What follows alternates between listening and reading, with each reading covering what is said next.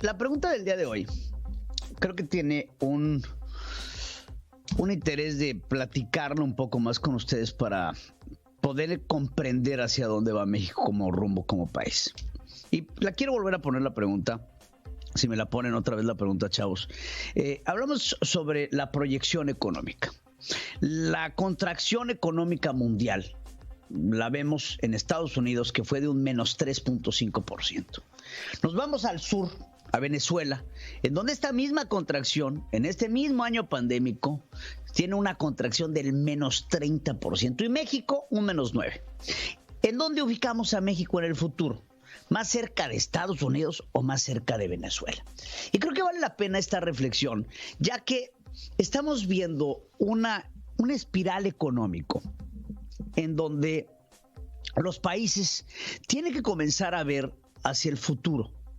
Es lo más importante en términos económicos. La economía de los países no es pues, como la usted y la mía, ¿no? La economía de los países tiene que tener una proyección no solamente a corto y a mediano, sino los países tienen que tener proyecciones a largo plazo.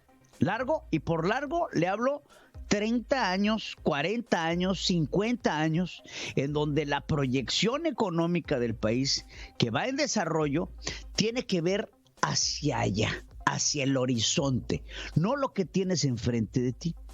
Porque si no, esa política económica está destinada a fallar.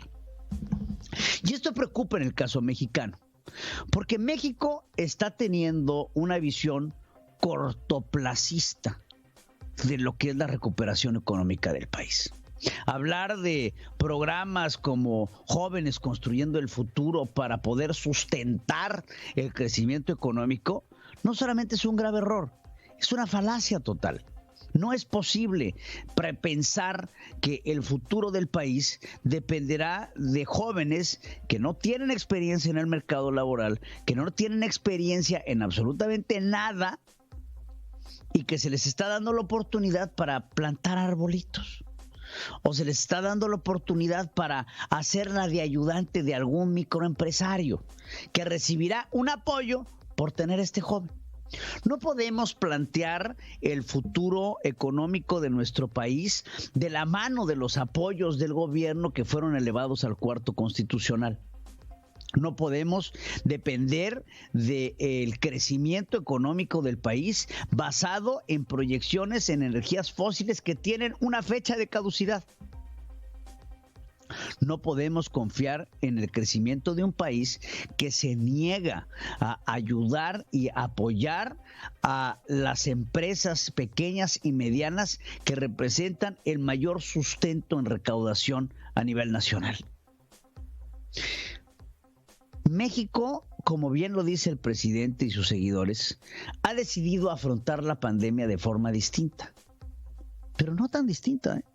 No crean que el modelo mexicano es un modelo original o es un modelo que no ha tenido precedentes en el manejo pandémico. México está siguiendo modelos socialistas. México está siguiendo modelos económicos en donde cosas como el Producto Interno Bruto no importan, porque eso es de neoliberales, eso es de fifís, eso es de gente con dinero. Porque todos los males que tiene la gente sin dinero es culpa de la gente con dinero. Esa es la ideología. Y la ideología la dice alguien que vive en un palacio, rodeado de todo lujo, pero que aplica la economía dependiendo de sus intereses, sin un entendimiento y sin una visión. Vamos a dividir los puntos. México tiene 9 puntos de caída. 9 puntos de contracción. El Producto Interno Bruto se redujo en México en un menos 9%. Pero la tendencia a la baja ya venía navegando sobre el horizonte mexicano. Y es así como antes de la pandemia, la contracción económica del país ya llegaba al punto, que era menos 0.8%. Pero ya estamos hablando del puntito. Redondémelo. Ya estamos hablando del puntito. Después de la pandemia, viene una aceleración de la caída. Ahí viene un punto. Vamos a suponer que, al igual que los Estados Unidos, México tiene 3 puntos más de caída económica. Y vamos a legárselos a los Estados Unidos, ya que producto de la contracción del menos 3.5%, México tiene un efecto negativo adverso en su economía. Vamos a echarle la culpa a los gringos. Entonces ya traes uno que traías de pérdida. Después vamos a ponerle 3 puntos más. Culpa de los norteamericanos. Son 4 puntos. Y vamos a ponerle otros 2 puntos adicionales a los mexicanos por la pandemia. 1, 2, menos 6. Quedan 3 puntos de contracción. Esos 3 puntos de contracción, ¿a quién se los aviento? Porque va a haber que decidir a quién se los vamos a regalar. Estos menos 3.5 puntos adicionales que no tenemos contabilizados son producto de sus malos errores y de su mal manejo en torno a la pandemia. México ya venía destrozando la economía nacional.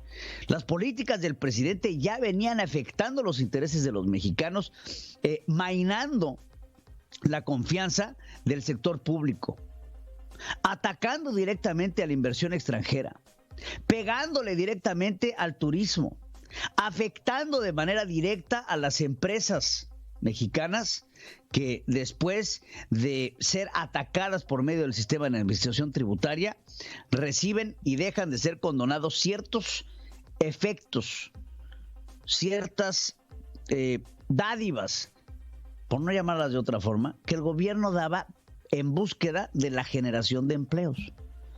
Muchas extensiones que habían impuestos no eran extensiones por ser ricos, millonarios y poderosos.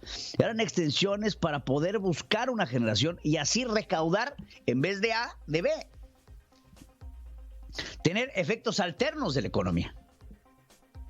El problema es que México ha entrado en esta vórtice, espiral, en el que en algún momento llegó a estar Venezuela. Ideas populistas y populacheras como aumentar el salario mínimo tienen un eco impresionante en los votantes, pero un efecto profundamente adverso en la economía nacional. Y es así como estos mismos votantes que se les ofrece un aumento salarial acaban siendo las víctimas de los efectos inflacionarios que generan este tipo de prácticas de políticas públicas. Al final del día, sale más caro el caldo que las enmoladas. Y es entonces cuando los mexicanos se van a dar cuenta que las medidas cortoplacistas en términos económicos lo único que hacen es afectar a las políticas públicas y, por supuesto, al crecimiento como país. Y es así la pregunta: ¿en dónde te ves? ¿Más cerca a los Estados Unidos o más cerca de lo que fue en su momento un proceso venezolano que vino de la mano del aumento reiterado del salario de los venezolanos? Vamos a aumentar el salario mínimo porque vamos a hacerle justicia al pueblo. Esa justicia que el pueblo a veces quiere. Y a veces esta justicia o la necesidad de esta justicia lleva a tomar resultados miopes hacia lo que parece ser un porvenir, en donde lo que se ve a distancia seguramente será muy bonito y colorido, pero se ve borroso. Y esa mirada borrosa debemos de eliminarla de nuestros pensamientos para poder ver hacia dónde vamos nosotros como país. No podemos ser miopes ante los encantos de este presidente que se siente emperador.